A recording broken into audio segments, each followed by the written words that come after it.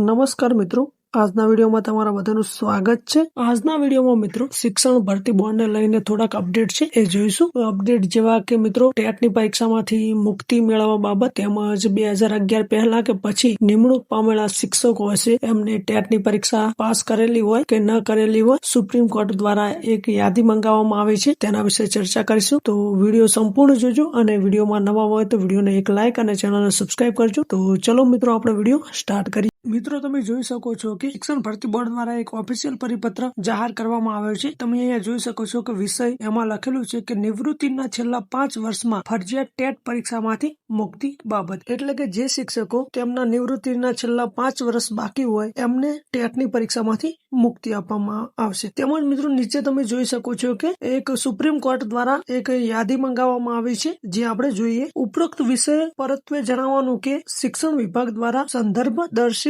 પત્રથી નામ supreme court દ્વારા આપવામાં આવેલ ચુકાદાને અનુલક્ષીને વર્ષ 2011 પહેલા નિમણૂક પામેલ હોય અને ટેટ પરીક્ષા પાસ કરેલ ન હોય તેમજ વર્ષ 2011 પછી નિમણૂક પામેલ હોય અને ટેટ પરીક્ષા પાસ થયેલ હોય તેવા શિક્ષકોની નિયત પત્રક મુજબની માહિતી દિન 2 માં મોકલી આપવા સૂચના આપેલ છે। એટલે કે મિત્રો 2011 પહેલા નિમણૂક પામેલા હોય અને ટેટની પરીક્ષા ન આપેલી હોય તેમજ 2011 પછી નિમણૂક પામેલા હોય અને ટેટની પરીક્ષા પાસ કરેલી હોય તેવા ઉમેદવારોની એટલે કે તેવા શિક્ષકોની યાદી મંગાવેલી છે અને 2 દિવસમાં તે યાદી આપણે સબમિટ કરવાની છે। ત્યારબાદ મિત્રો નીચે જોઈએ તો આ માહિતી મિત્રો શિક્ષણ મંત્રાલય દિલ્હી ખાતે મોકલવાની રહેશે અને એનો સમય છે મિત્રો 20/1/2026 ના રોજ બપોરે 3 કલાક સુધી મિત્રો આ માહિતી આ નીચે મુજબની ઈમેલ પર મોકલવાની રહેશે। તો મિત્રો આ તો આજનો આપણો વિડીયો। તો વિડીયો તમને કેવો લાગ્યો? વિડીયો સારો લાગ્યો તો વિડીયો લાઈક અને ચેનલને સબસ્ક્રાઇબ કરજો। ધન્યવાદ મિત્રો, મળીએ નવા વિડીયોમાં।